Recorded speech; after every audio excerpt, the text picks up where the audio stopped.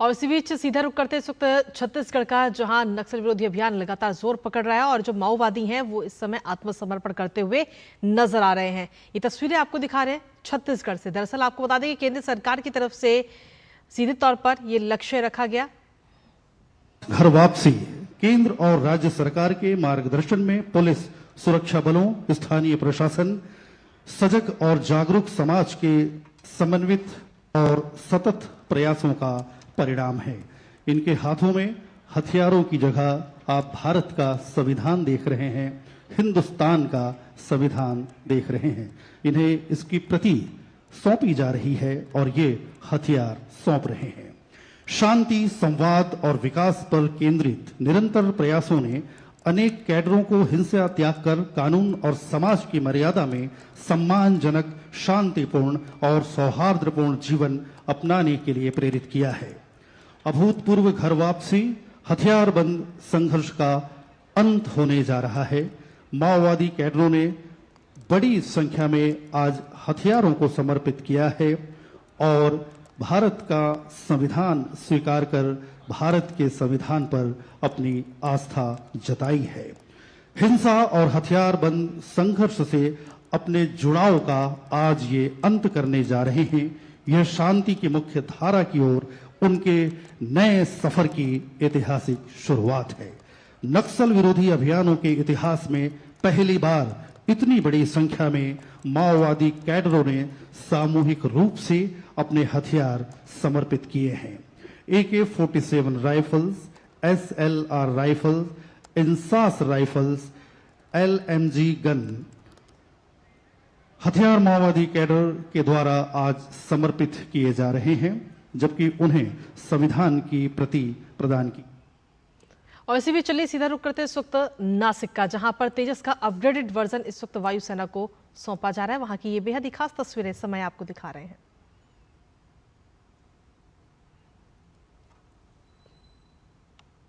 तो नासिक से ये तस्वीरें इस वक्त आपको दिखा रहे हैं, जहां आज तेजस का अपग्रेडेड वर्जन जो है वो उड़ान भरता हुआ नजर आएगा। रक्षा मंत्री राजनाथ सिंह भी इस समय वहां पर मौजूद हैं इस कार्यक्रम में। दरअसल ये अपग्रेडेड वर्जन जो है वो आगे आने वाले समय में जो हमारी वायुसेना है उसको और मजबूती देता हुआ नजर आ रहा है।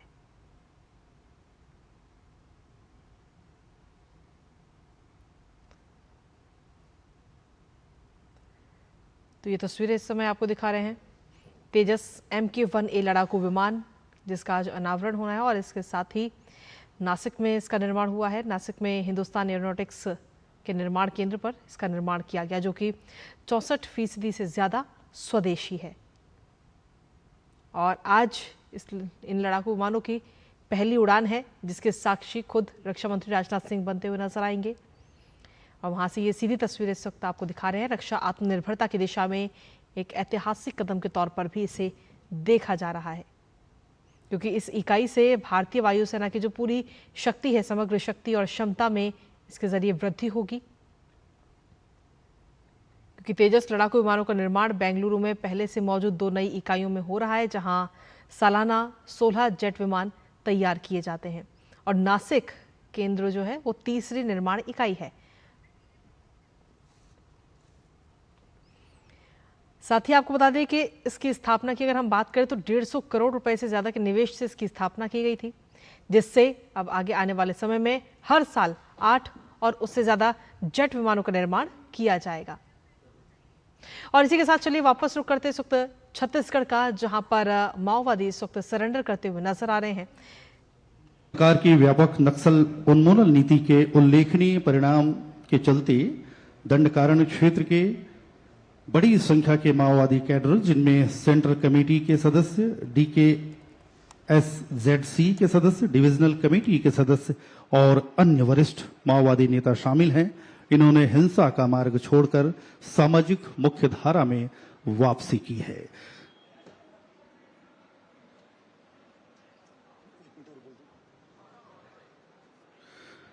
हथियार छोड़कर भारत का संविधान इनके हाथों में आप देख पा रहे हैं और ये एक नए युग की शुरुआत है, जबकि ये भारत में शांति स्थापित करना चाहते हैं, मुख्य धारा में लौटना चाहते हैं और भारत के संविधान के प्रति अपनी आस्था प्रकट करते हैं।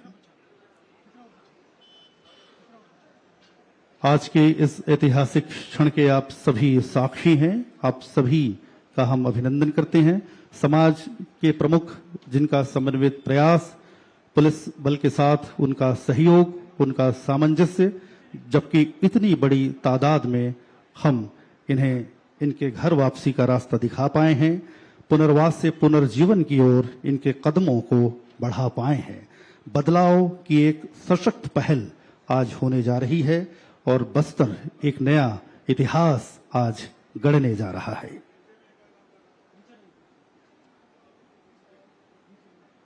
आज का यह निर्णायक और ऐतिहासिक घटनाक्रम क्षेत्र में नक्सल विरोधी अभियानों के इतिहास में माओवादी कैडर के सबसे बड़े सामूहिक पुनर्समावेशन के रूप में दर्ज होने जा रहा है। वामपंथी उग्रवाद प्रभावित क्षेत्रों में शांति, विकास और विश्वास परिवर्तन की जो आशा की किरण हम देख पा रहे हैं वो और ज्यादा चमकीली दिख रही है और इसके गवाह आप, हम और ये सब बनने जा रहे हैं। आज का यह ऐतिहासिक घर वापसी केंद्र और राज्य सरकार के मार्गदर्शन, पुलिस और सुरक्षा बलों के साथ स्थानीय प्रशासन की सजगता, उनकी सक्रियता, उनकी जागरूकता और हमारे समाज के लोगों के प्रयास से आज का यह परिणाम हमारे सामने आया है। हम आज के इस मौके पर उन तमाम समाज के प्रमुखों का, मांझियों का, चालकियों का, मेंबर्स का भी हार्दिक अभिनंदन करते हैं, हार्दिक स्वागत करते हैं।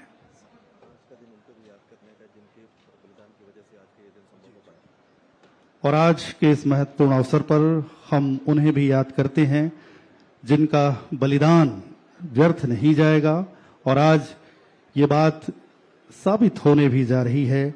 हम उन्हें भी याद करते हैं और उनके योगदानों को मनन करते हैं कि उनका जो एक नींव उन्होंने तैयार की थी, आज उसका परिणाम हमें दिखाई दे रहा है।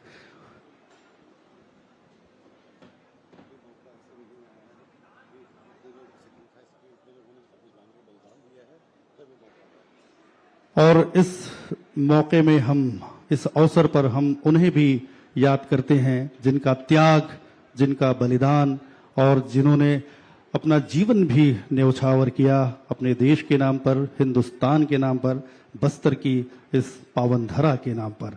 वो एक शुरुआत थी इस नई इबारत को गढ़ने की, इस नई कहानी को बुनने की, इस नए परिदृश्य को ढालने की, और आज ये फलीभूत होने जा रही है। तो हम उनके त्याग और बलिदान को भी याद करते हैं जिन्होंने अपना बहुत कुछ खोया है और जिनकी मेहनत, जिनकी परिश्रम, जिनका बलिदान, जिनका योगदान इस महत्वपूर्ण घटनाक्रम में रहा है।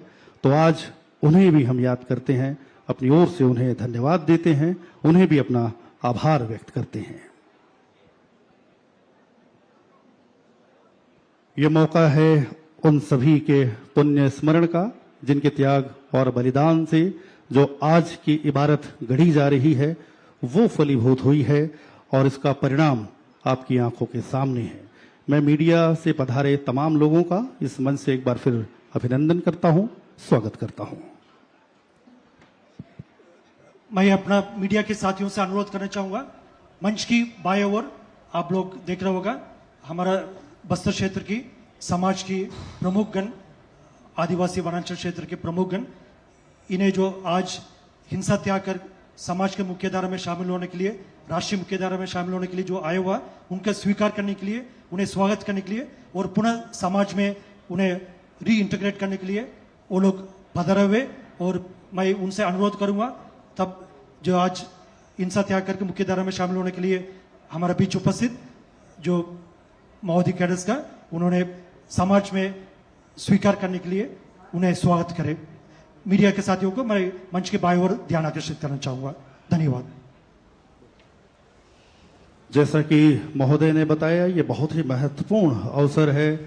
बाईं तरफ समाज के हमारे प्रमुख हैं, मांझी चालकियों को आप देख पा रहे हैं और वे प्रतीकात्मक रूप से इनका स्वागत करेंगे समाज की मुख्य धारा में लौटने के लिए और प्रतीकात्मक रूप से लाल गुलाब उन्हें समर्पित करेंगे अपने हाथों से।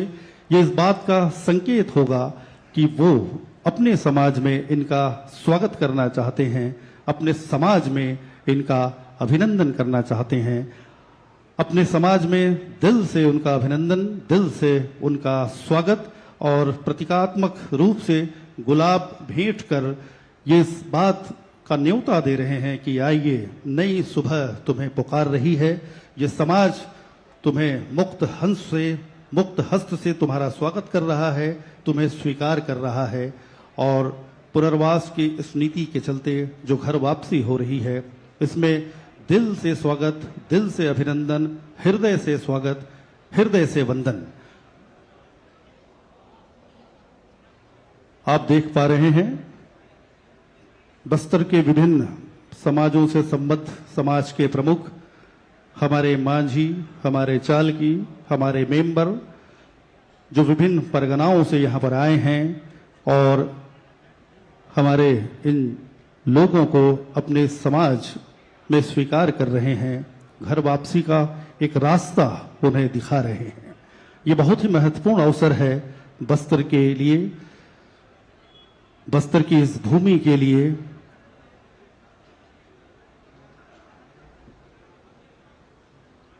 माओवादी कैडर्स का मुख्य धारा में पुनरागमन का ये भावपूर्ण दृश्य आपके नजरों के सामने है, जिसे आप महसूस कर रहे हैं, देख पा रहे हैं और इस इतिहास के साक्षी बनने जा रहे हैं।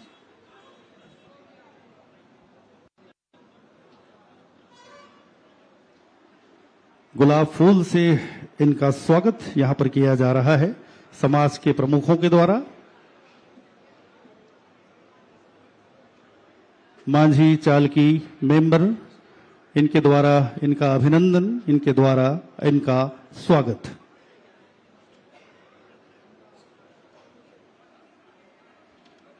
पूना मार्गेम पुनर्वास से पुनर्जीवन, बदलाव की एक सशक्त पहल का जीता जागता उदाहरण आपको यहां दिखाई दे रहा है। हिंसा त्याग कर मुख्य धारा में लौटने का इन्होंने एक ऐतिहासिक निर्णय यहां पर लिया हुआ है, जबकि 17 अक्टूबर 2025 की तारीख इतिहास में आज दर्ज होने जा रही है। हमारे साथ बने हुए हैं DGP Chhattisgarh, ADGP CRPF, ADGP BSF, ADGP Naxal movement, संभागायुक्त महोदय बस्तर संभाग, जिलाधीश बस्तर जिला, सीआरपीएफ, बीएसएफ, आईटीबीटी, जिला पुलिस के सभी अधिकारीगण, मांझी, चालकी, मेंबर और समाज प्रमुख के बीच यह प्रतीकात्मक स्वागत, अभिनंदन। मुंडा बाजा, जी हां, इनके प्रतिनिधि भी हमारे साथ हैं। बस्तर के दशहरा के रथ परिचालन में इनकी सक्रिय भागीदारी होती है, जबकि ये स्तुति गान करते हुए आगे चलते हैं और बस्तर के विकास में इनका भी अहम योगदान है। मुंडा बाजा के सभी वादक भी इनका स्वागत कर रहे हैं, इनका अभिनंदन कर रहे हैं।